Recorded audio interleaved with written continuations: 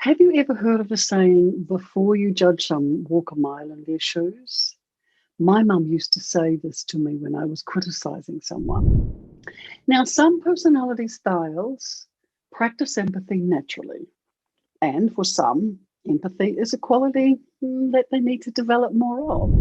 When teaching your children to be compassionate, find those teachable moments when you see them showing compassion and acknowledge them for it.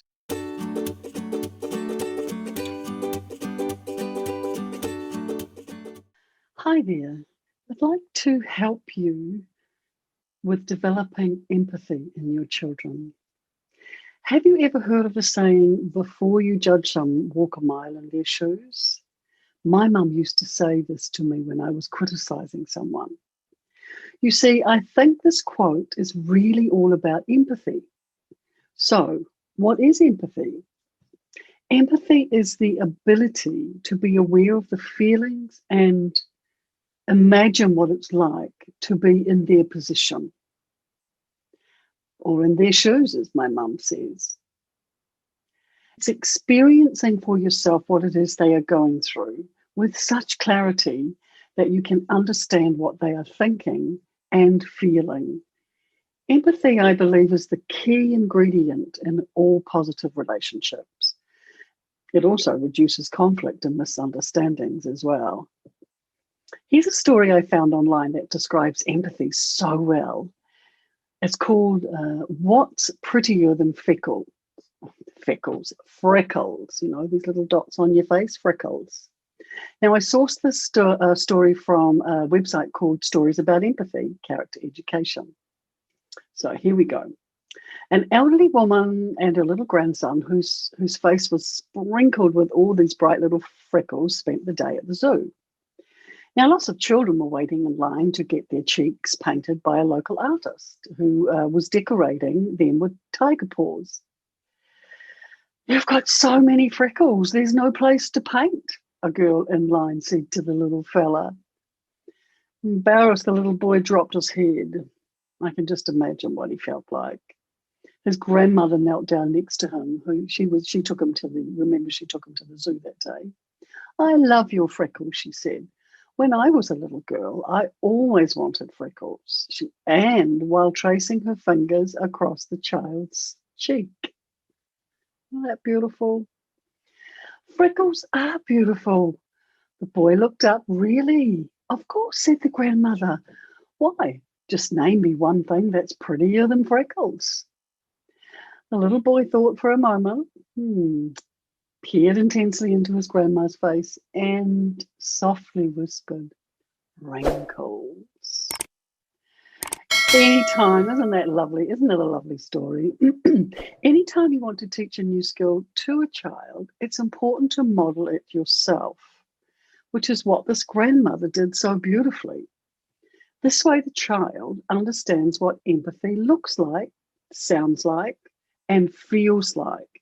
Plus, it's easier to teach a skill that you've already mastered yourself. Don't you think?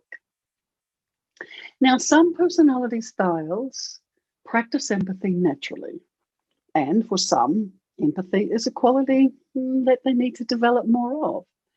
In the DISC behavioural model, there are 4 primary styles: D, the I, the S, and the C. You see, the I and the S styles like to focus on people, so empathy comes naturally to them. These 2 styles, they value friendships, and in my opinion, they tend to come more from the heart, not the head, when they're interacting with people, because that is their life focus. Whereas the D and the C styles like to focus on tasks. So empathy is a quality that is often underdeveloped in them. It's not that they can't be empathetic, it's just that the D style is often busy focusing on controlling the task, including the people, and the C style is focusing on the details of the tasks. Now, these 2 styles also see their environment as a little bit unfavourable, especially the Ds. That's why they need to be in control at all costs, by the way. They kind of see their environment as a little bit antagonistic. And if they're under stress, they become argumentative and will dictate. Now, empathy isn't just the engine for closeness and pro-social behaviour. It also puts on the brakes when we are behaving badly towards other styles. So it's important to understand which primary style you are so that you know how to adapt your approach with people when being empathetic. It's all about making a conscious choice to shift your behaviour and adapt the way you communicate. So, here's some tips for developing empathy within yourself and for teaching your children how to practice it as well.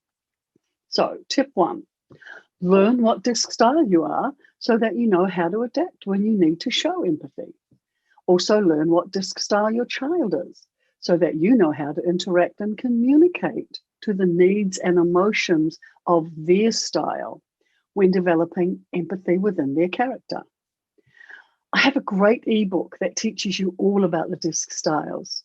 It includes a mini-me survey. If you all take it, that will identify yours and your children's primary disc style. So click on the link below and you can grab it. Now, tip 2, what does it take to become more empathetic? As I've mentioned previously, empathy is about being able to experience for yourself what it is a person is going through with such clarity that you can understand what they are thinking and what they are feeling. Move from your head to your heart when doing this. If you're in your head, as the C style often is, these styles will try to analyze what's going on for the other person. Also, resist the temptation to try and fix what they are feeling. For example, if they are sad, angry, or frustrated, show compassion by letting go of judgments and ask open questions, which start with what and how, to gain understanding of what's happening for them. When teaching your children to be compassionate, find those teachable moments when you see them showing compassion and acknowledge them for it.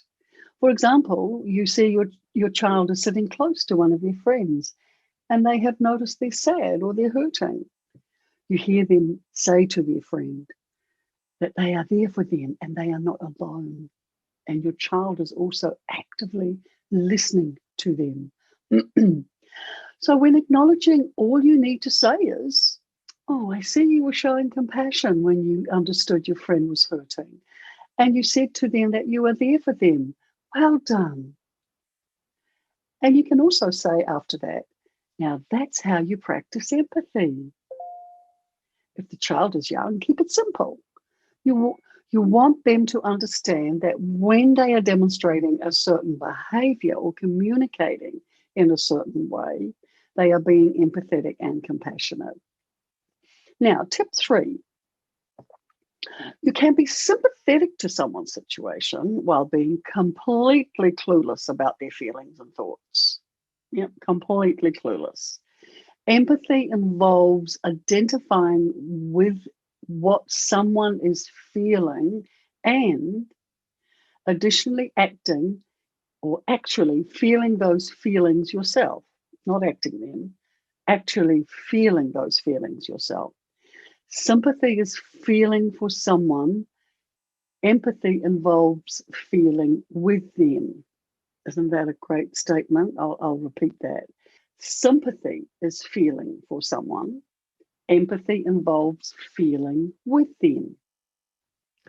Remember to model empathy even when you're upset or giving consequences to your child.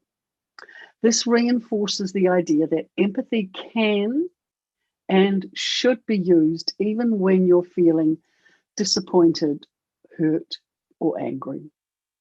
The more children receive empathy, the more they are likely to offer it to others.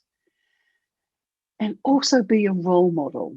You know, it's all about observable behavior. Children are observing you 24/7.